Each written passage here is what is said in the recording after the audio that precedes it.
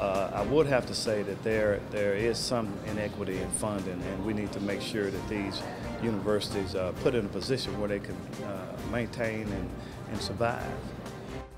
Historically black universities in Mississippi ask lawmakers for funding for campus improvements. At Issue starts right now.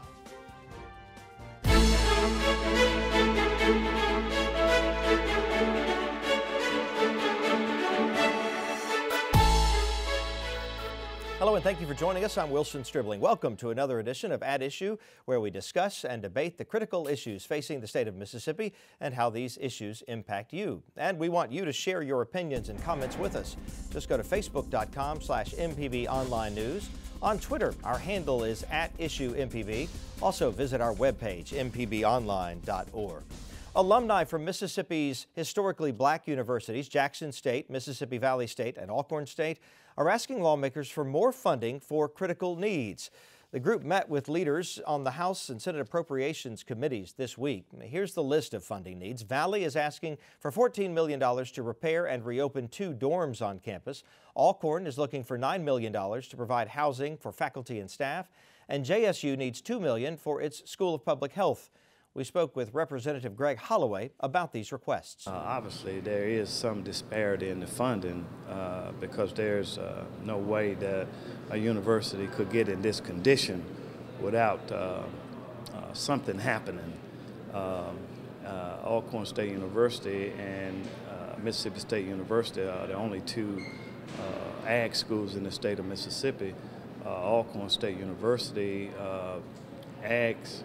ag budget was cut in 2001 and had not been restored.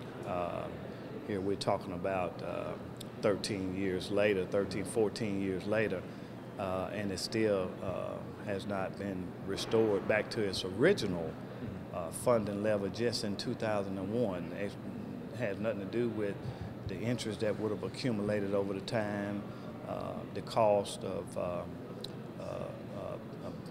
building and doing things.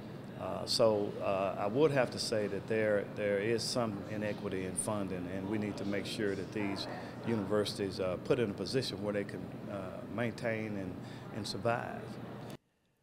The chairman of the House Appropriations Committee, Representative Herb Frierson, says he believes the House is willing to find a way to fund the projects. Well, the House Public Health Committee has approved a bill to provide more openness at a Jackson County hospital in the wake of a pension scandal there. If the bill becomes law, Singing River Health System must have open board meetings and report pension information. The original version of the bill would have provided more transparency for all public hospitals. Currently, public hospitals in Mississippi are not required to have open meetings. We spoke with the committee's chairman, Representative Sam Mims, about the bill. The Senate version of the bill extended to all hospitals in the state, so this new version just specifically sets out Jackson County?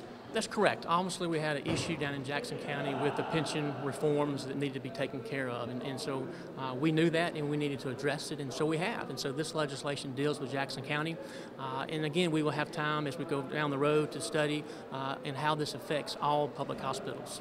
What we didn't want to do is get the bill late on Friday and react very quickly. And so we looked at where we know we have the problem, which is Jackson County. I'm not aware of any other hospitals are having issues like this, like Jackson County. So instead of being very quick and making a bad, wrong move, we're going to go very slowly.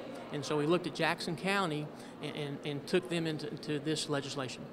But how do you know if other hospitals don't have these problems because they don't have open meeting laws? Well, there are very few hospitals that have defined pensions, and there's just a handful, or even less than that have defined pensions. And that's really where we focused our attention on this legislation, defined pension reform and looking at Jackson County. Singing River Health System sent us this statement regarding the bill. Board Chairman Mike Heidelberg says, quote, "If the open meetings legislation applies to all public hospitals in the state, we are ready to make the necessary changes to comply with the law, and we have not opposed the spirit of the original legislation. In its current form, targeting only our health system, however, we can find no realistic way to support the bill if we are to succeed going forward. The potential for unintended consequences for Jackson County and Singing River Health System as a result of this targeted legislation is extraordinarily high," end quote. The author of the original version of the bill, Senator Bryce Wiggins, says there is a lack of transparency in the current system. The bill now goes to the House for a vote. Well, Democrats are taking aim at the Republicans' plan for special education vouchers. They say it would be far too expensive to cover all children who would qualify. They are pushing a measure of their own to help parents of children with special needs. The goal of the legislation is to assist parents by offering legal advice during hearings, a special needs student's individual education plan. 3 offices for a special needs counsel would be created in the northern, central, and southern districts, and attorneys would be available to families during the hearing process. The author of the legislation, Representative David Baria, and a parent of a special needs child, talked about supporting the effort. The problem that I have with the approach that is taken under Senate Bill 2695 is that in year 1, it only addresses up to 500 children out of what is estimated to be about 63,000 special needs children in the Mississippi public education system, K through 12. If we had paid as a family for everything specified in the voucher bill and given up our rights to a free and appropriate education for Flannery, it would have cost us out of pocket $40,000 per year. That includes everything for her assessment, for her education, for tutoring, for the special programs that she needed. The $6,500 voucher provided to us would have left us with $33,500 a year to pay ourselves. And like most families in Mississippi, we don't have that kind of money. Are not able to put out that for education. Things turned around for us, and this is why I so support the bill by Representative Baria. It was not until we got counsel, and eventually we had to get legal representation through the Mississippi Center for Justice. Once we got legal representation, we were able to get JPS to the table. The district came, they worked with us. Our daughter was identified under Child Fund. She was assessed. We found out what her needs were. We identified her disabilities, and we got her the appropriate help. Both special needs plans are expected to come up for vote next week. Former House Speaker Tim Ford has died. And him for his unselfish work that he has done in our state over the past 23 years.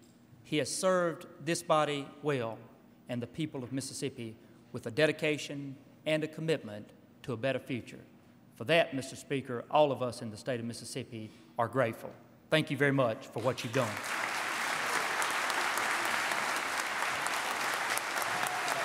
Was former Governor Ronnie Musgrove in 2003, recognizing Tim Ford for his leadership. Ford suffered a heart attack last week. He was a Democrat who was first elected to the House in 1979, and he became Speaker in 1988. Ford left the legislature in 2004 for private law practice. We spoke with lawmakers about their memories of Ford and what he meant to the legislature. All of the people across the state for 12 years as Speaker, voted for him as Speaker. He was really good at bringing people together. He had the ability to take people that were of divergent opinions and work out a compromise. If he could get you in a room together, you would walk out shaking hands. And the thing that I think that was most admirable about Tim was during his 16 years as Speaker, partisanship was not a part of the Mississippi House of Representatives. He strictly forbid us from referring to each other as Democrats or Republicans on the House floor.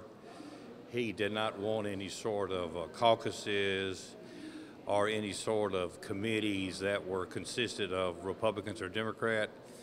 His legacy should be remembered as a uniter. Speaker Ford was my first speaker when I arrived here at the Capitol.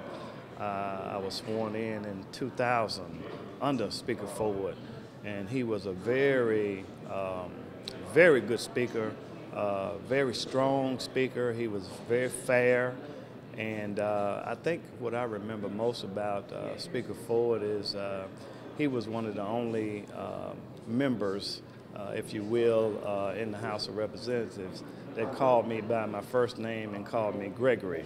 And every time he saw me, he said, "How you doing, Gregory?" Most people just call me Greg, but he had control of the House. As I said, he was a man to admire. He was just a great speaker. He was an all-around good person, and it's a terrible loss to not only his profession, but to the great state of Mississippi. He was just an excellent speaker. Memorial services were held for the former House Speaker this week. He leaves his wife, 4 children, and 5 grandchildren. Tim Ford was 63 years old. Let's move now to our At Issue Roundtable. Brandon Jones is a Democrat. He's an attorney and the executive director of the political action committee called the Mississippi Democratic Trust. Austin Barbour is a Republican strategist. He's the founding partner of Clearwater Group. Austin and Brandon, welcome. Good to have you back with us. Let's talk first about former Speaker Ford. You both knew him. You encountered him over your lifetime. Let's hear from you first, Austin. He's a super nice guy. Obviously, so sad to hear about the passing of Speaker Ford. I actually had a chance when I was in college, sort of in the mid-'90s, to go do an interview him for some kind of government class, political science class I had, to talk about when he took over as Speaker.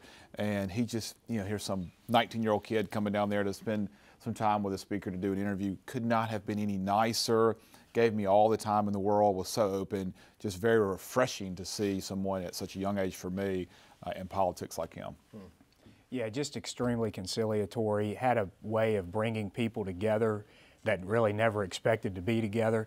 He is really noted for being Speaker at a time when party affiliation mattered far less than the issue at hand.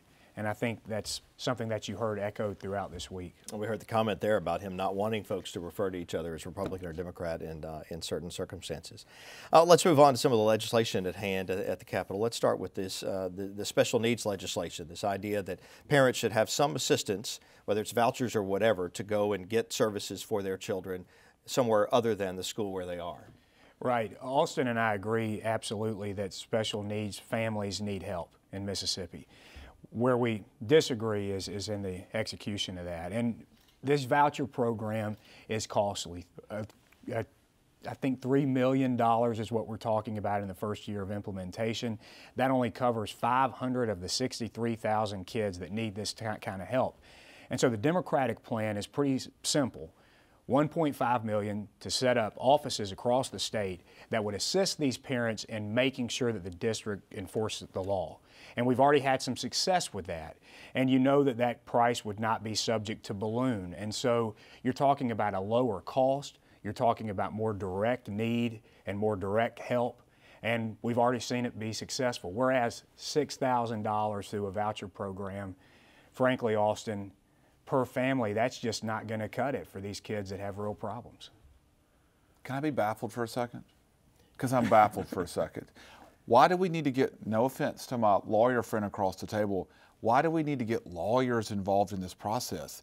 These kids, these special needs kids and their families, they need immediate help. This bill addresses that. It gives them an opportunity to receive this voucher. I think the Senate bill is for $7,000, the House bill is for $6,500, and they'll settle somewhere in between. They need this help. If they're in a school system, if they're locked in a school system in whatever county or district in the state, they need to get out of it next year. Okay? They don't need to have a lawyer to help go fight it through the court system or this or that. I mean, I appreciate what Representative Baria is doing, but I totally disagree. And I just don't understand that process. We've got a bill. Let's pass the bill the way it is. I think that is what will ultimately happen. So these families can get help right now.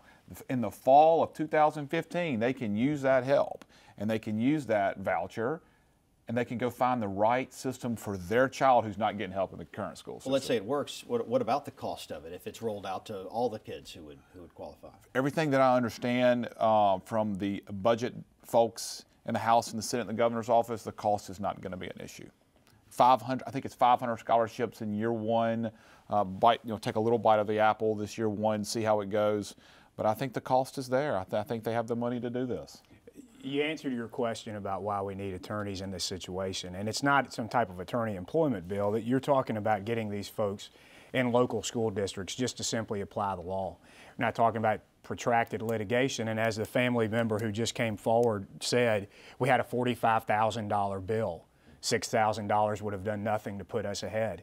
And so we're talking about making sure that they get that immediate assistance in the local school district. But, you know, this other part of it is the funding mechanism. Completely unsustainable. $3 million in the first year, and it doesn't even come close to affecting 1% of the students who have special needs in this state.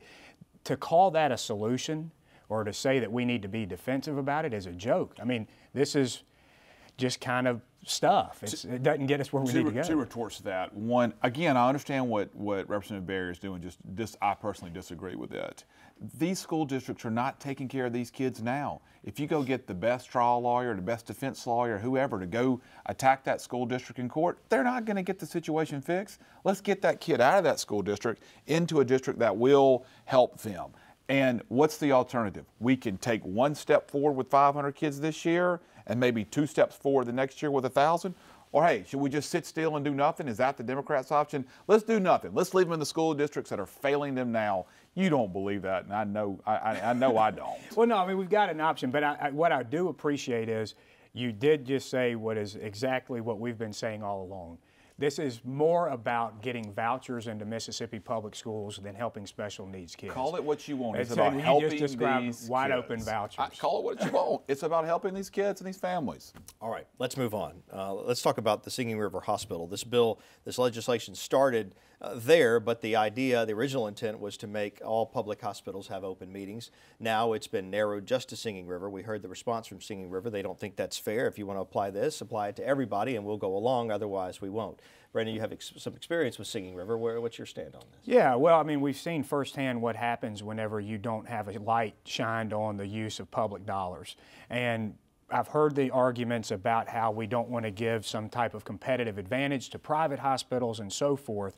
But the truth of the matter is, what happened in Pascagoula is indicative of what can happen when you don't have any scrutiny applied to these types of meetings. And there's tons of money being spent. They're taxpayer funded. They're using taxpayer dollars to try to address immediate critical health needs. And the idea that you would only apply that to one as opposed to the others is very insincere and kind of a sad, sorry predicament. Listen, we agree. This is obviously Brandon's home county. Had a terrible situation that took place down there. It's very sad to see the folks who had their money in these pension plans and now they're left going, what am I supposed to do? I'm in retirement right now. I don't have any money. It's a terrible situation. You know, because you're in the legislature, you can't legislate out corruption. You can do the best that you can, but there's no way that you can always do that. They are addressing the situation in Jackson County. Obviously, that we're seeing that. I firmly believe, and I talk to people who are in public hospitals all the time, that hospitals should share relevant financial data about how their hospital's doing financially, about how their pensions plans. They should share that information once, 2, 3 times a year with the supervisors who are in charge of these county tax dollars that go to help fund these hospitals. But we also have to look at a competitive balance from public to private hospitals. There should be information that public hospitals should be able to protect about the strategy of how they run their hospitals, about agreements that they have with certain doctors that the private hospitals in their same town shouldn't be able to get. It would not be fair if we opened up everything for public hospitals so that their private hospital could come just attend all their meetings and see exactly how they're running their hospital and hiring their employees, and they just steal all that strategic information right away from them. There is a fine line right there we've got to protect. Well, you know, our public hospitals obviously in Mississippi are crucial, but if you want to talk about competitive advantage, these are public entities that take public funds to run their business. Sure. If your business model is predicated on the use of public funds, why shouldn't the spotlight be a part of that conversation? And I think it's short-sighted to limit it just to this question of retirement accounts, as Chairman Mims tried to do. This isn't about a one-off problem. This is about getting a fuller picture so that all hospitals can be held to the same level of accountability. Full financial audit. I think we both agree on that. No question about that. They need to share that information with their supervisors. But as you said it, these county hospitals are critically important to these local areas in driving their economy. No question. We have less than a minute left. It's not enough to talk about this issue in depth, but let's talk about the elections. We talked about the statewide offices. Brandon, do you think there will be a change in the balance of power in the legislature after the November elections? I think so. Republicans hold a very narrow margin in the House, about 6, 7 votes, depending on who you talk to, depending on what time of the week it is.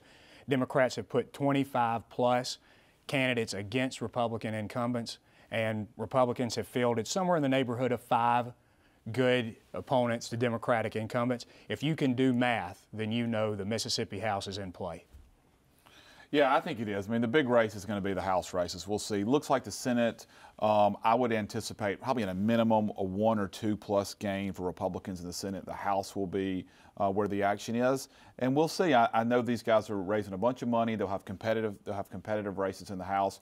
But again, the top of the ticket is going to drive everybody out. So when you look at Vicki Slater and Tim Johnson on the Democrat side, governor, lieutenant governor, how are they going to bring out their base? That'll be the big key. We'll have to let it be that the last word there. Austin, thank you. Austin Barbour, Brandon Jones. We'll see you next week. Appreciate it. We continue to get a lot of feedback from you on a plan by House Republicans to eliminate the state income tax. Here's what some of you are saying. Jason Dawsey says it's a disastrous idea, but typical of what passes for leadership in the current Republican Party. Stephen Mosley writes, they will raise land tax, sales tax, your car tags even more than the ridiculous amount they are now, and I'm sure that when they realize this is not working, they will reinstate the income tax and leave all the other higher tax changes alone. Gotta love government. Mary Jane Westerland says, absolute foolishness. This is populist show with no basis in real implementation. Our poor towns and counties cannot bear this reduction. Lowering the taxes through income tax elimination will be devastating to our already frail infrastructure. Lewis Randall Garvin says, eliminating the income tax can be done if we stop wasting money on administration of projects and stop allowing delays in completing them. Delays will always add to the cost like unnecessary administration, i.e. school system and road projects. The Empire State Building was built in months, not years. And Kenneth Kreitz writes, we don't have a state tax in Tennessee, and we get absolutely hammered on retail taxes. I thought legalized gambling was going to solve the problem. How much of that have they managed to steal? Some of your feedback on the issue of the state income tax. MPB's Paul Boger joins us now to talk about what's happening at the Capitol and what's coming up. Paul, good to have you on with us, as always. Glad to be here. We have a number of issues. Let's first talk about this Iran Divestment Act. This is something that came up and sort of caught some people by surprise, and then we thought it went away, but it came back. What happened? Right. This is actually the House version of that particular bill. It's almost exactly similar to a Senate version, which was that any company that does business or government entity that does business in Mississippi with Iran, the state won't do business with them anymore. The House version took that company side out of it, so it protects companies like Toyota, Nissan, who may have subsidiaries that do business with Iran, and this made it handedly through the Senate. Okay. Well, with Toyotas, the Toyotas of the world taken out of it, I guess that's Right. easier to understand. The Corrections Commissioner and civil service status of employees, what's going on with that? This is an interesting bill. You know, there's been a lot of news about the Corrections Commissioner in the last couple of months. Sure. With Chris Epps going to federal court. But the new commissioner, he has asked the state legislature to allow him to fire about 100 state employees disregarding their civil service status in order to kind of reshape the way the Department of Corrections works. It's an interesting bill because it also allows the state to no longer give those employees in the Department of Corrections comp time if they work overtime, but instead paying them overtime. So it's just an interesting thing to see how one state agency is working with their state employees. As they try to remake that particular Exactly. agency.